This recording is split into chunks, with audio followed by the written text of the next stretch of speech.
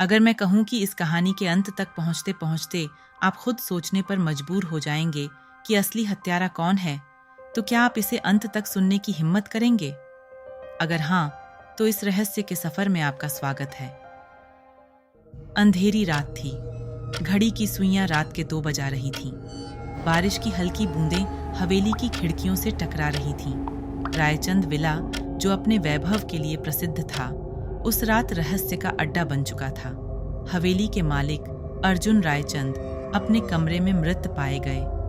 गोली उनके माथे के बीचों बीच लगी थी, लेकिन अजीब बात यह थी कि कमरे का दरवाजा अंदर से बंद था। इंस्पेक्टर कबीर को यह केस सौंपा गया। जब वह मौके पर पहुंचा तो कमरे की हालत देखकर चौंक गया। कोई संघर्ष के निशान नहीं थे, खिड़कियां बंद थीं और किसी भी तरह की जबरन घुसपैठ के संकेत नहीं थे। फिर अर्जुन की हत्या कैसे हुई? अब सवाल यह था, कौन था हत्यारा? संदेह की सुई घूमी 3 लोगों पर। 1.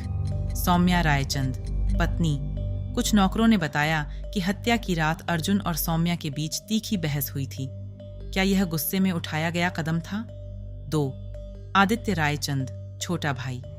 अर्जुन ने हाल ही में अपनी वसीयत बदली थी और उसमें आदित्य का नाम हटा दिया था। क्या यह हत्या पैसों की लालच में की गई थी? 3. Rakesh Mehra, business partner. अर्जुन और राकेश के बीच हाल ही में एक बड़ा झगड़ा हुआ था। अर्जुन ने राकेश पर धोखाधड़ी का आरोप लगाया था। क्या यह बदले की आग थी? जांच आगे बढ़ी। पुलिस को अर्जुन के कमरे में एक पुराना पत्र मिला, जिसमें लिखा था, अगर तुमने अपने पापों का प्रायश्चित नहीं किया तो तुम्हारी मौत निश्चित है। अब यह पत्र कहानी में नया मोड़ ला रहा था। अर्जुन के किस पाप की बात की जा रही थी? क्या उसकी मौत पहले से तय थी? पहला झटका। जब सीसीटीवी फुटेज चेक किए गए तो दिखा कि राकेश हवेली में आया था, लेकिन उसके निकलने का कोई फुटेज नहीं मिला। क्या वह अब भी हवेली में छिपा था? दूसरा झटका। फोरेंसिक रिपोर्ट में खुलासा हुआ कि अर्जुन की हत्या सिर्फ कुछ सेंटीमीटर की दूरी से की गई थी। इसका मतलब था कि हत्यारा अर्जुन के बेहद करीब था, कोई ऐसा जिससे अर्जुन डरता नहीं था। अब तक आप भी सोच रहे होंगे, आखिर कौन था असली हत्यारा? अंतिम खुलासा।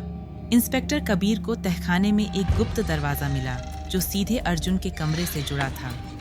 यह दरवाजा केवल परिवार के लोगों को पता था, और जब कबीर ने सौम्या, आदित्य और राकेश से गहन पूछताछ की तो एक नाम उभर कर सामने आया, सौम्या रायचंद। कैसे हुआ हत्या का प्लान? सौम्या ने पहले अर्जुन को नींद की दवा दी, फिर अपने एक्स्ट्रा मैरिटल अफेयर वाले प्रेमी के साथ गुप्त दरवाजे से कमरे में घुसी और नजदीक से उसे गोली मार दी। उसके बाद उन्होंने दरवाजा अंदर से बंद कर दिया और गुप्त दरवाजे से बाहर निकल गए। इस तरह यह पूरी तरह से बंद कमरे में हत्या का मामला बन गया। लेकिन क्यों? सौम्या को पता था कि अर्जुन ने अपनी वसीयत बदल दी है, इसलिए सौम्या ने चालाकी से ऐसा प्लान बनाया कि सारा दोष आदित्य पर चला जाए। हत्या के बाद सारे सबूतों को इस तरह सेट किया कि ऐसा लगे जैसे आदित्य ने अपने हिस्से की संपत्ति बचाने के लिए अपने भाई को मारा है। असलियत, सौम्या ने यह सब सिर्फ अपने प्रेमी के साथ एक नई जिंदगी बसाने के लिए किया था।